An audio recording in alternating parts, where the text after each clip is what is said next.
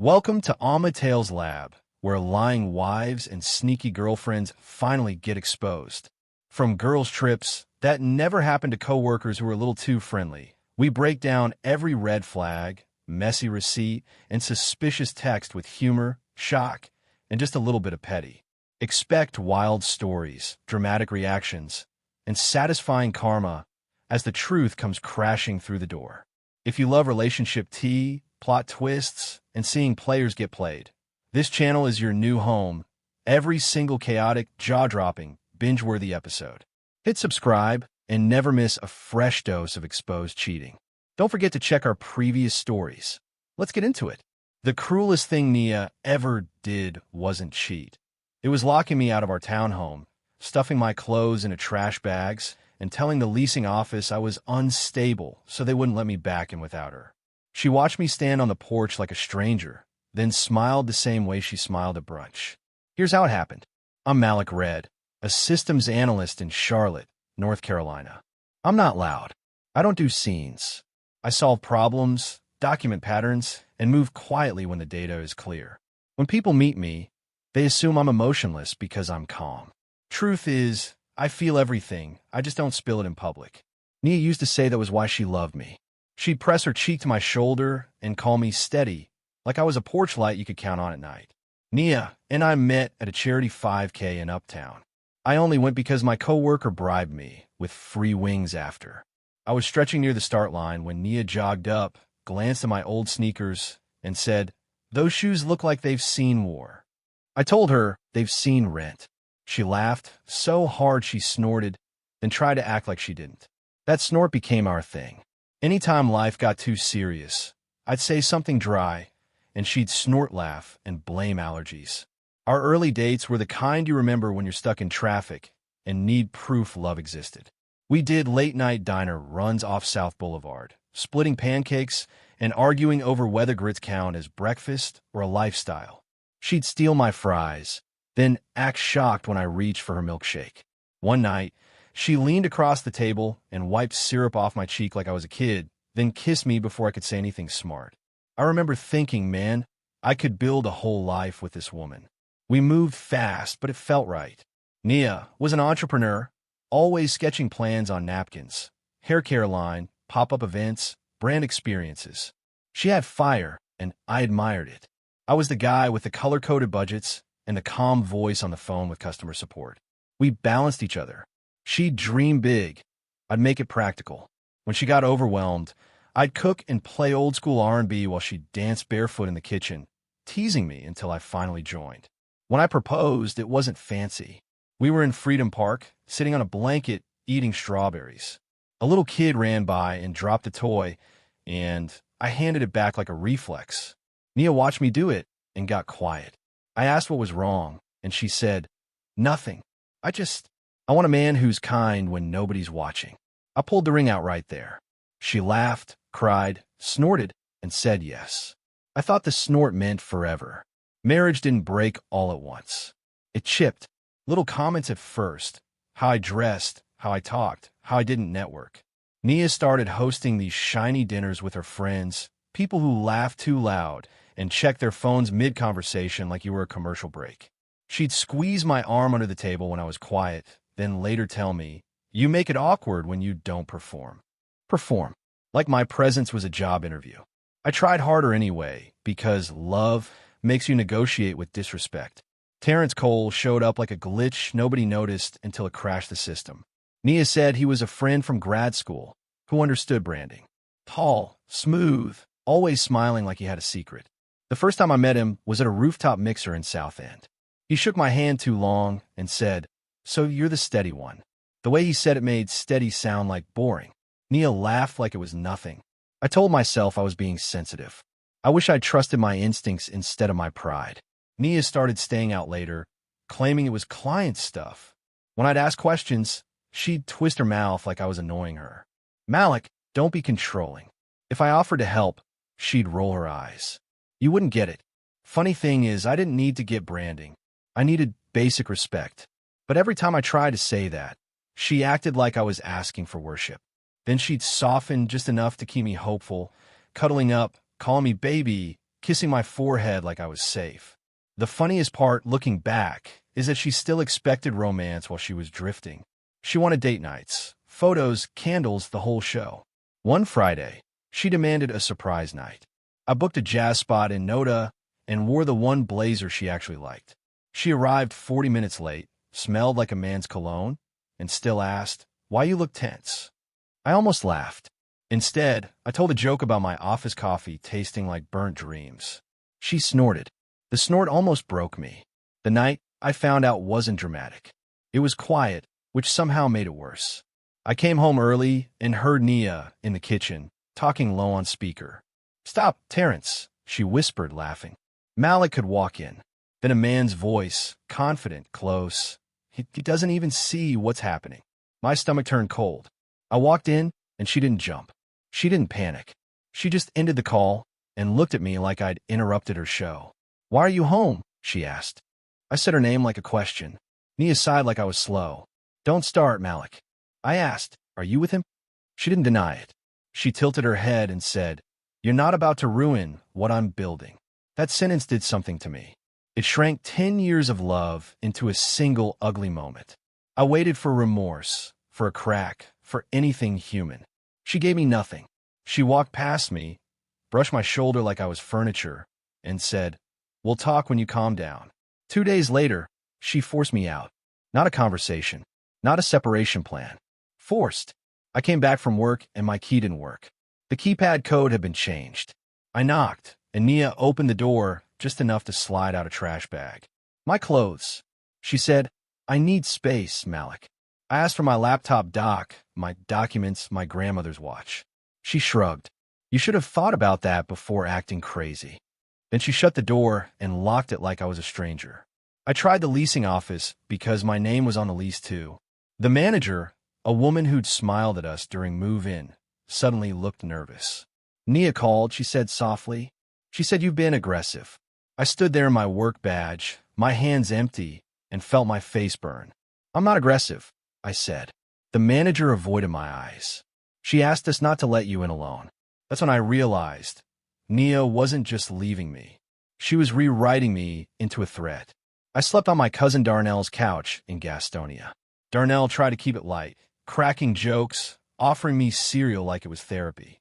"You want the good news?" he said. "You snore less than my last girlfriend." I laughed once, then went quiet again. At night, I'd scroll old photos of Nia and me, our wedding smiles, the kitchen dancing, the silly pancakes, and my chest would tighten like a fist. Grief isn't always crying. Sometimes it's staring at a ceiling fan like it owes you answers. On Monday morning, I got the email, mandatory meeting. Allegations of misconduct. My hand shook so hard I nearly dropped my phone. I'd already lost my home. Now my job too. The one place I still felt like myself. I went to work and tried to act normal, but every keyboard click sounded loud.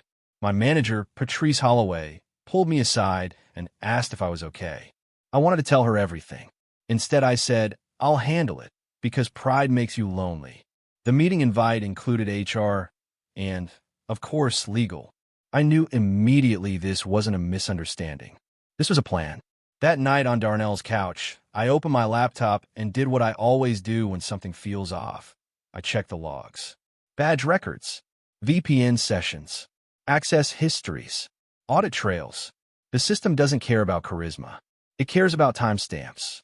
I pulled everything connected to my credentials and printed copies, my hand steady even while my heart felt like it was dragging behind me.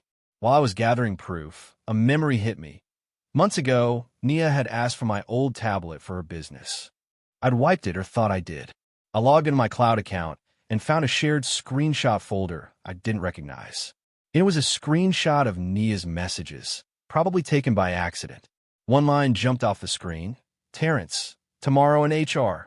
Stick to the story. I'll handle the rest." I stared at it so long my eyes watered. They weren't just cheating. They were trying to erase me. The next morning, I walked into the glass conference room and saw Terrence already there, relaxed, smiling like he belonged. Nia sat across from him, polished and calm. Hair perfect, nails perfect, eyes empty. She didn't look at me like a husband. She looked at me like a problem. The HR manager, a man named Scott, started with formal language, workplace safety, integrity, policy. My stomach churned, but I kept my face neutral. If I'd learned anything from Nia, it was that people use reactions as weapons. Scott asked them to walk through the timeline. Terrence spoke first, smooth as oil. He claimed I'd threatened him after finding out about the affair. Nia added that I'd been unstable and vindictive. Then she delivered the lie designed to end me, that I'd access company systems to monitor her emails and retaliate. It was absurd, but in a corporate room, absurd can still ruin you. They spoke like they'd practiced in the mirror. No remorse, no hesitation. Terrence even smiled once, like my life was a joke they'd told well. I could have begged. I could have shouted.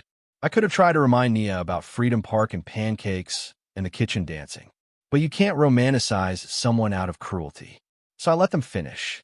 I let them add details, let them dig deeper, let them commit fully to the story. My palms were sweating, but my voice stayed calm. When Scott turned to me and asked, "Malik, do you have anything to say?" I nodded like I'd been waiting patiently. Because I had. I opened my laptop and attached one PDF. No rant, no speech, just evidence. Badge entry logs showing Terrence in the building at times he claimed he wasn't. Audit trail flags tied to his credentials, not mine. A VPN record showing access from a location that wasn't my cousin's place, wasn't my office, wasn't me. And the screenshot of their pre-meeting coordination. I typed a subject line that felt like armor. Full audit trail plus pre-meeting coordination. Then I added HR, legal, compliance, and my manager Patrice. I clicked send. Silence fell fast. Scott's eyes moved across the email like his brain was sprinting. The legal rep leaned forward, face tightening. Patrice's jaw clenched in a way I'd never seen. Terrence tried to laugh, just one quick laugh, like a hiccup. "This is being taken out of context," he said. Nia didn't speak.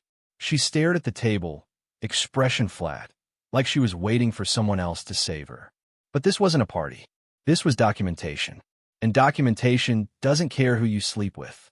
They suspended Terrence, pending investigation, before I even left the room. Nia walked out first without looking at me. When she passed, she brushed my shoulder the same way she did in the kitchen, like I was in her way. No apology. No crack. Terrence muttered, "You're doing too much." Like exposing a lie was the crime. I went back to my desk and stared at my screens, feeling hollow. The truth didn't make me happy. It just kept me employed. Sometimes survival is the only win you can manage at first. 2 weeks later, compliance cleared me fully, quietly. No announcement, no email blast, no public vindication. Just a short message. No findings of misconduct. Record sealed internally. Patrice called me in her office and slid a retention bonus letter across the desk. "We're not losing you over somebody's mess," she said. I nodded because if I spoke too much, emotion would leak out. I walked back to my desk and breathed like I'd been underwater. My name still belonged to me. Terrence was terminated. Not in a dramatic way. Not in a hallway scene. He just stopped showing up. His access was revoked, his badge deactivated, his calendar wiped clean. That's corporate karma. 1 minute you're handling the rest, the next you can't even open the door. Nia didn't work there, so she didn't lose a job, but she lost leverage. The story she built around me, that I was unstable, unsafe, untrustworthy, collapsed inside the one place she tried to weaponize. Nia tried to keep controlling the home, though. She sent messages like commands. "Come get your things when I say. You're not stepping foot in here without me. Stop acting like a victim." She still never apologized. She still acted like I deserved exile. I stopped arguing and started moving the way I always do when a system is corrupt, through procedures.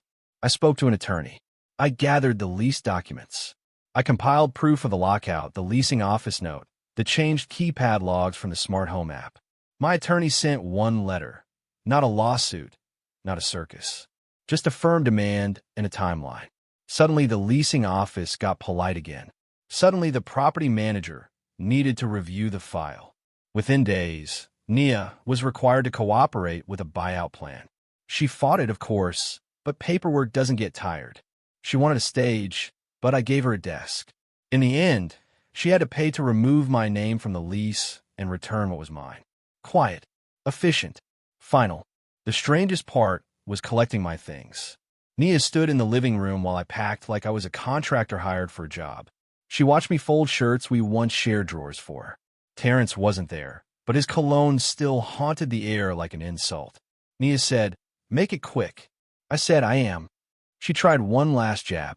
"You always needed to be right." I looked at her and realized she didn't miss me at all. She missed the control. I took my grandmother's watch and walked out without looking back. I transferred to a quieter team in Raleigh. New building, new badge, new routine. I got a small apartment with clean lines and no shared keys. I bought a plant I probably didn't know how to keep alive, just to prove my space could hold something soft again. Darnell helped me move and joked the whole time. "Look at you," he said, pointing at my couch. "This couch is loyal. Don't mess it up." I laughed, and it felt real. Healing isn't dramatic. It's small moments stacking up. Romance didn't disappear from me. I just handled it differently. I started taking myself on dates, bookstore trips, gym sessions, long walks by the water. One Saturday, I went to a comedy night and laughed so hard my stomach hurt. A woman named Talia offered me her seat when my phone slipped under the chair. I thanked her, and she said, "You look like a man who needs a good joke and a good plate." We talked for 10 minutes, nothing heavy, just light. It felt like sunlight on skin after a long winter. I didn't rush love again, but I didn't become bitter either. Talia and I started meeting for coffee, then dinner. We kept it simple. No posts, no performances. She teased my serious face, and I teased her obsession with fancy candles. One night, she asked why I flinched when my phone buzzed, and I told her the truth in plain words. She didn't pity me. She didn't glamorize it. She said, "I'm sorry that happened," then changed the subject to dessert, like she understood I needed normal more than sympathy. Nia tried to pop back up when she realized my life didn't collapse. She sent a message, "So you moved on fast." Not "How are you?" Not "I was wrong." Just a jab. Another day, she wrote, "You were always cold anyway." I didn't respond. Silence was my boundary. I blocked her after the third message, not out of spite, but out of protection. She wanted access to my emotions because she couldn't control my reality anymore. Terrence, too, tried once, an email from a new address calling me petty. I deleted it. Months later, I got promoted quietly. No applause, no announcement beyond my team. Patrice sent a short text. "Proud of you." I bought myself a watch like my grandmother's, not to replace what was stolen, but to mark time differently now. Some nights, I still remember the pancake dates and felt a sting, because grief doesn't care about logic. But the sting didn't own me. I built a life that didn't require anyone's permission to feel peaceful. That was the Betrayal comeback. The moral lesson landed slowly, not like a punchline, but like a truth you finally stop running from. Love without respect will drain you until you forget who you are. If someone can cheat, lock you out, lie on you, and feel no remorse, they're not confused, they're committed.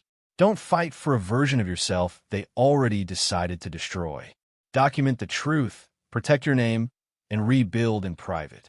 The loudest revenge isn't humiliation. It's stability. It's waking up in a home that's yours, with peace you earned, and no one left to rewrite you.